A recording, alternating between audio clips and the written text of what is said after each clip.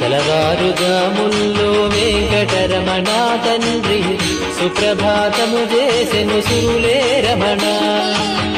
పంచామృతములతో వెంకటరమణ తండ్రి నిత్యాభిషేకములే నిత్యము రమణ.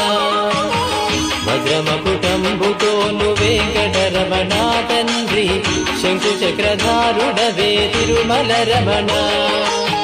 మూడు నామాలతోను వెంకటరమణ తండ్రి ముల్లోకములు ఏడడి మూర్తి విరమణ.